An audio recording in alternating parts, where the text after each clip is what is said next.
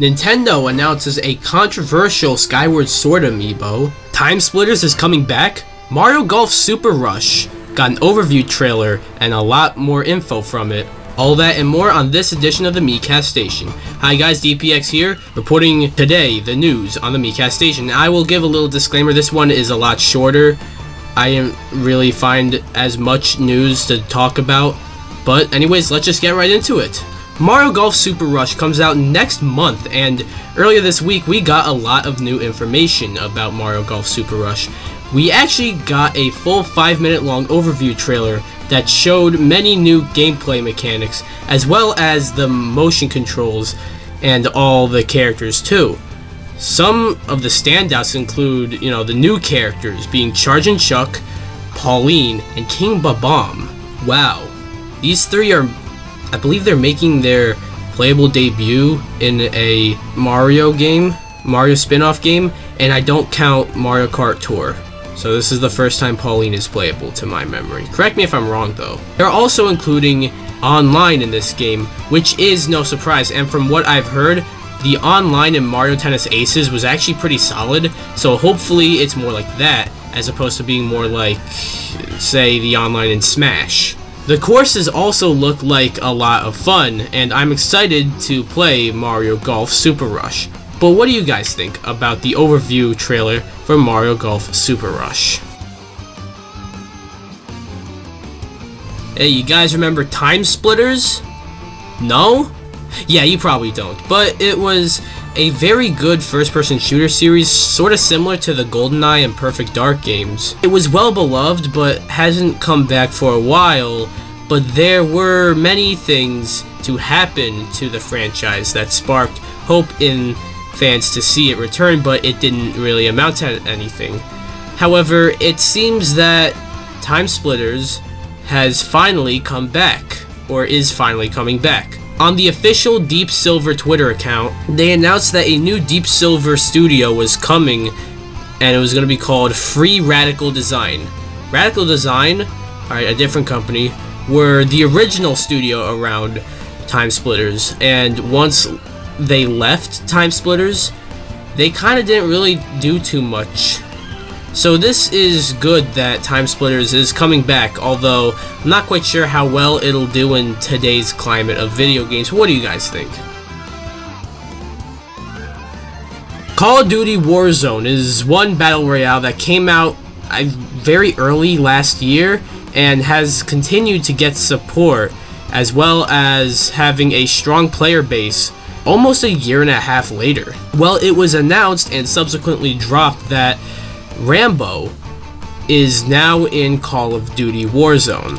This was leaked like a week ago, but it got announced very soon after, and seems to be a big update for the game. I don't play Call of Duty Warzone, nor am I really that big of a fan of Call of Duty, but in general, but I feel this was worth reporting. Anyways, what do you guys think about Rambo and John McClaine, who I haven't mentioned, but he's here too? What do you guys think about them being in Call of Duty Warzone? Mega Man: The Wily Wars on the Sega Genesis is, in my opinion as a big Mega Man fan, one of the best Mega Man games, so naturally, Capcom only releases it in Japan, and then when it comes to Europe before the US, they make it an exclusive to the Sega channel, which would make it very hard to enjoy this game. Anyways, good old Limited Run Games have just announced that they are bringing this game to the States in a physical capacity. Now, Mega Man: The Wily Wars was on the Sega Genesis Mini, so this isn't the first time The Wily Wars is being localized, but it is the first time it's being localized in any physical capacity. In case you don't know, Limited Run Games likes to re-release many indie games or digital-only games and give them not only to physical editions, but at times, and in the case of this, almost like collector's editions too. And it might also be the first one that I get. What do you guys think about Mega Man: The Wily Wars from Limited Run Games? So some Activision games have leaked recently and are likely to be at E3. One of the games we'll talk about right now is a new Tony Hawk game. On the Behind Closed Doors podcast, the drummer for the Tony Hawk games, Jess Margera, sorry if I said that wrong, let slip that there is going to be a new Tony Hawk game.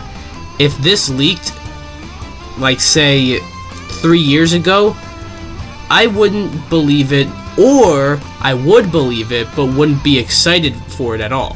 However, after the remake of Pro Skater 1 and 2, I think this is very likely and could end up being very good.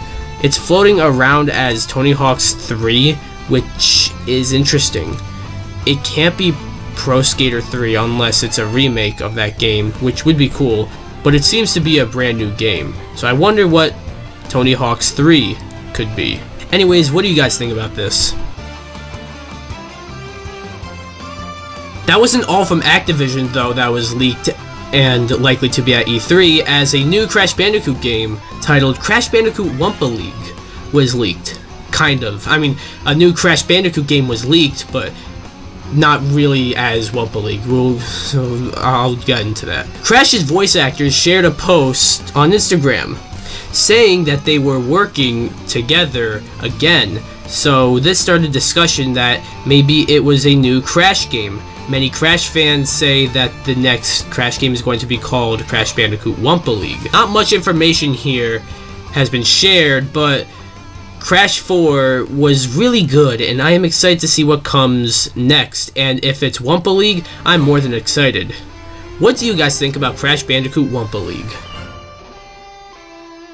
Last but not least, I told you this was a shorter episode.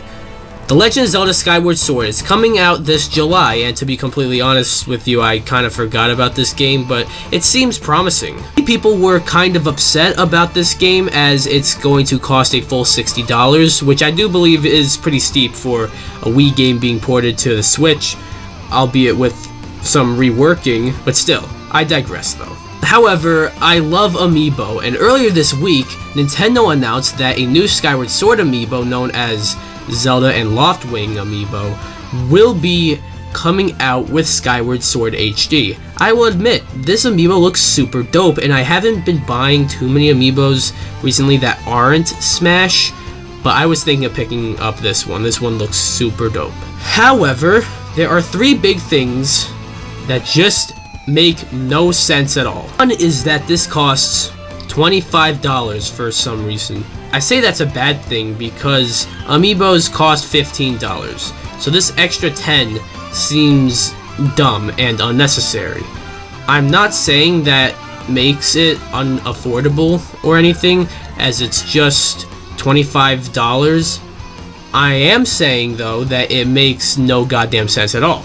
The other thing is that it's the only Amiibo compatible with Skyward Sword HD, despite the fact that there are, and I counted, 24 Zelda Amiibos if you count all the characters and all the series of Amiibos like Smash, Breath of the Wild, all the other Link Amiibos, etc. And none of them will be compatible with Skyward Sword HD. This new Amiibo is the only one that will. And if that's not dumb enough, the feature this Amiibo brings is honestly really stupid. Pretty much, it gives you the ability to fast travel. Why you need to buy a figurine for the ability to fast travel, I will never understand. The Amiibo looks sick, and I might actually get one, but why did Nintendo make this one so controversial? What do you guys think about the Skyward Sword Amiibo? And that'll do it for this episode of the Miikcast Station. I've been DPX, reporting the news. Signing off. Have a good one.